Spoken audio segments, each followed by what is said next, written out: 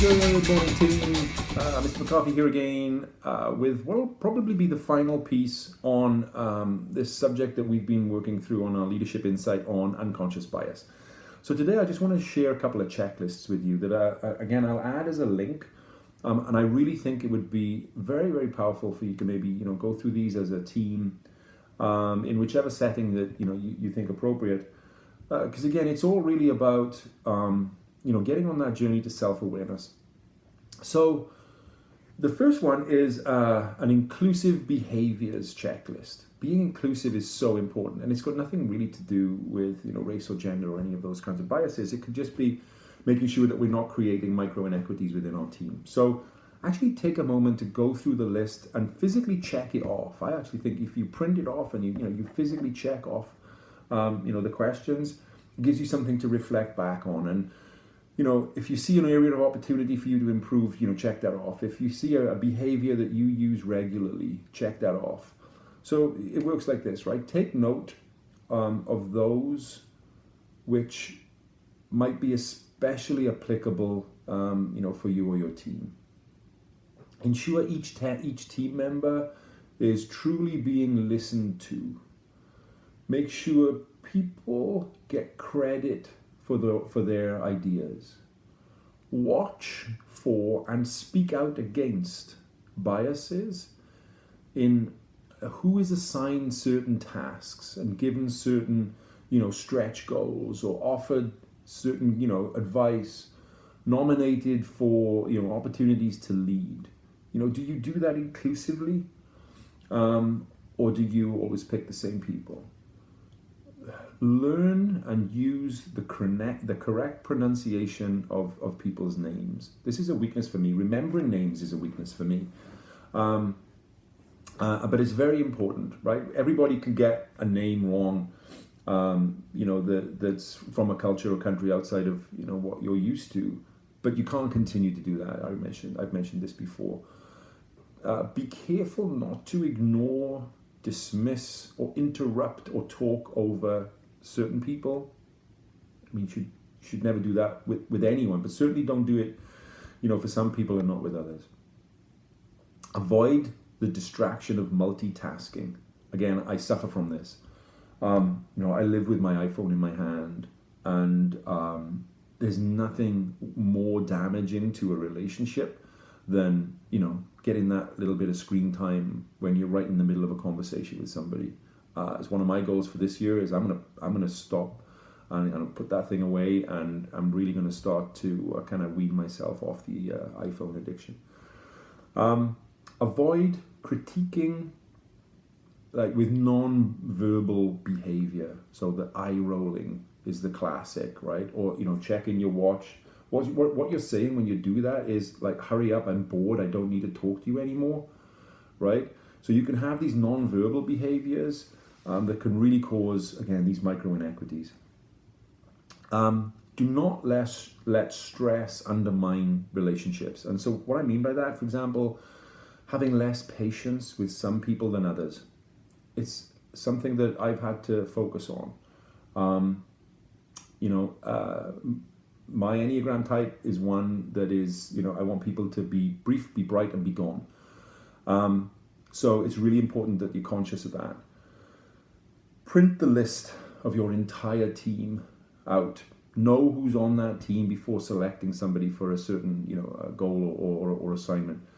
And that's a way of kind of safeguarding against, picking someone who may be just top of mind for you, simply because that person is, similar to you, and and trusted by you, and you've had them do that before.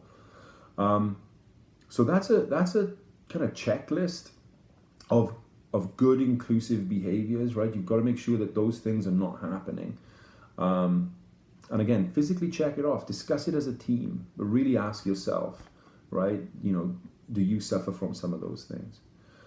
And the last thing for today is another checklist, more of a kind of a tip sheet, let's say, about building and deepening relationships. We can correct unconscious biases by stepping out of our comfort zone to develop relationships and more robust relationships and associations with people who are different from ourselves. And you'll find that it can be an extremely powerful thing. So here's a few examples.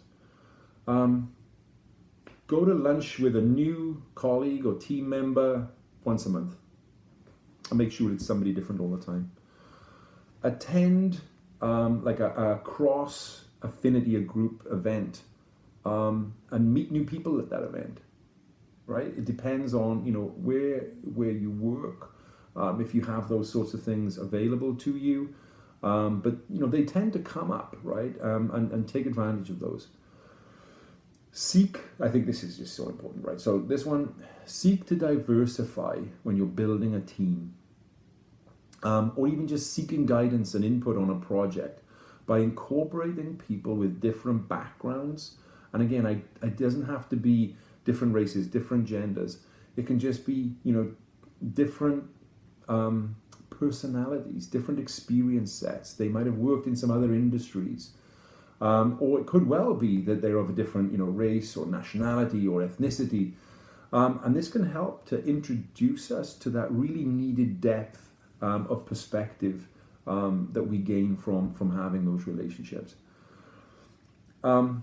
Identify a person that you know the least in the team or in an office where you work, and go and have a cup of coffee with them. Ensure these things are important too.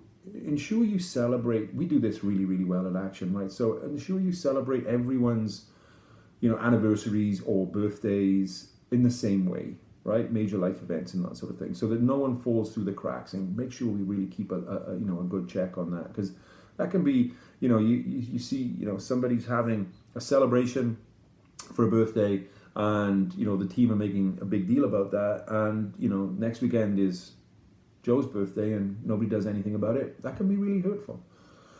Really important that you reward the team in the same way that you reward the team for building relationships with people, and you reward the team for recognizing the importance of diversity. It's also really important that you reward every member of that team in the same way, of course, if they perform in the same way, and they deserve that, right? I think I mentioned this one already, right? But ensure everybody has an opportunity to be included in decision making. That's really, really important. And again, if I'm brainstorming and I'm going around the room and I'm asking everybody for an idea, if Joe doesn't have an idea today, that's okay. But make sure I don't just skip Joe every other time from then on, because I have an unconscious bias towards thinking that Joe never has any ideas. So that's some of the ideas that I think could be really, really powerful to help with this. And again, I've been through a lot of this self-awareness and learning and improving myself, and I found it to be enormously powerful and very, very positively impactful. So again, thanks as always.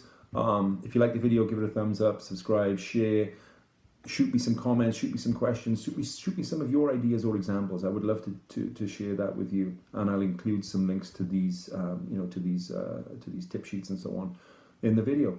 Again, thanks as always, and bye for now.